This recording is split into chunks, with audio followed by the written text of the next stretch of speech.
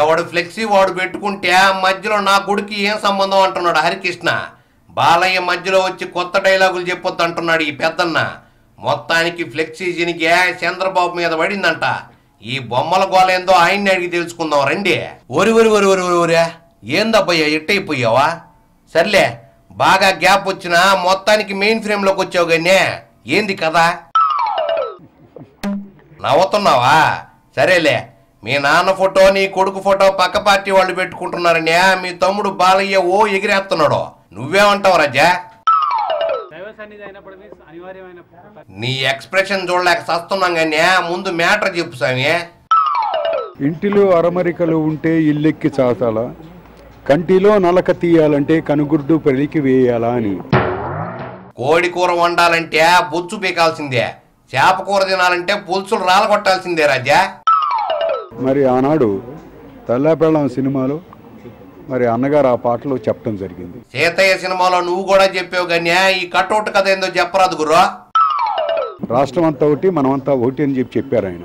అలాగే ఇవాళ జరుగుతున్న పరిణామాలు చూస్తున్నాం. నీ కొడుక్కి బాలయ్య సింహ రేంజ్ లో వార్నింగ్ ఇచ్చాడుగా, దాని కథ ఏంది సామి? ఏమని చెప్పమంటారు? నేను మీసం మీద చెయ్యేస్తే అని మాత్రం చెప్పక రాజా, నీకు పుణ్యం ఉంటదే. ఎంత దయనీయంగా తయారైనాయి ఇవన్నీ. ఎవరో చేసిన కుట్రలో భాగానికి ఇక్కడ నేను చెప్తా నా కుటుంబం అని మాట్లాడట్లా. నువ్వు తుపాకీ తీసావని అర్థమైంది కానీ వేసుకో. నా సంసారం బలి కావాలి ఇక్కడ. నేను ఒకటి మాట్లాడుతున్నాను. ఆనాడు గుడివాడ ఎమ్మెల్యే నాని వెళ్ళిపోయినప్పుడు బొడ్డెంటి ఓడే వెనక నుంచి ఎగదోశాడని అన్నారులే, నాకు కూడా తెలుసు. జూనియర్ ఎన్టీఆర్ గారు కొడుకును కూడా భలే గౌరవిస్తున్నావే, బాగుంది జహాపన నీ వ్యవహారమా. తనుగ్గా తాను ప్రెస్ను పిలిచి బాబు చెప్పాడు, నాకే సంబంధం లేదు, నాకు వంశీ గాని ఎవరు గాని నానితో గాని నాకే సంబంధం లేదు. టికెట్ ఇప్పించేటప్పుడు మాత్రం ఎన్టీఆర్ దగ్గరుండి బాబు నడుతాడు, ఇప్పుడు ఏం సంబంధం లేదంటే ఎట్టా హరియే? మా తాతగారు పెట్టిన పార్టీ, దాంట్లోనే ఉంటున్నాను, దాంట్లోనే ఉంటానని చెప్పడం జరిగింది. ఆయన చెప్పినా లోకేష్ బాబుకి ఎసరు పెడతాడని మీ బాబుని రానివ్వడం లేదంటగా. ఆయన కానివ్వండి, కళ్యాణ్ బాబు కానివ్వండి, నా పెద్ద బిడ్డ జానకిరామ్ బాబు కాని వాళ్ళందరూ చెప్పడం జరిగింది. ఏమనే బాబు సీట్లాకి పార్టీని మళ్ళీ బాబు నుంచి లాక్కోవాలనే? ఇవాళ ఎవరో పెట్టారు ఫ్లెక్సీ, అభిమానులు మనం కాదంటామా? మొత్తానికి బాలయ్య బాబుకి రివర్స్ కౌంటర్ వేసావు. ఇంకా ఎవరో అభిమానం పెట్టుకున్నా, అభిమానంతో పెట్టుకున్నా కట్అవుట్ అది. ఎవడో పెడితే మీ ఫ్యామిలీ కట్అవుట్ చినగుతుందిగా రాజా. దానికి పట్టుకుని మనకి వయసు వచ్చింది, మన పిల్లలు కూడా మనకన్నా పెద్దవాళ్ళు అయిపోయారు. నిన్నగాక మొన్న అతను కూడా ఒక ఇంటివాడు అయ్యాడు. ఇంటివాడిదే ఉందిలే, పెళ్ళైతే సంసార దుకాణం తెలిసినట్టే కానీ నువ్వు స్ట్రైట్ గా పాయింట్కి రాసామే. పెద్దవారు మరి రాష్ట్రంలో ఎందరో యువకులు మరి వానికి అభిమానులు ఉన్నారు, ఎందరో ఉన్నారు. పెద్దలు మరి నా అక్క చెల్లెళ్ళు, నా అన్నదమ్ములు అందరూ దీవిస్తున్నారు. మీ తమ్ముడు మాత్రం సీరియస్ గానే చెప్పిస్తున్నాడుగా. తనకు సంబంధం లేదు. నేను అసలు ఆల్రెడీ తను చెప్పడం జరిగింది. అలాంటి దాన్ని ఇవాళ తీసుకొచ్చి దీనికి తీవ్ర పరిణామాలు ఉంటాయి అది ఇదని చెప్పడం అన్నది, ఇది నవ్వాలా, బాధపడాలా, ఏమి చేయాలని నాకు అర్థం కావట్లేదు. దీనికి ఏదో ఒక ఎక్స్ప్రెషన్ ఇస్తే ఆడియన్స్ కూడా మంచి కిక్ ఉంటది. ఈ ముసుగులో ముద్దులాట ఎందుకు చెప్పు, అసలే నువ్వు సీతయ్యవి.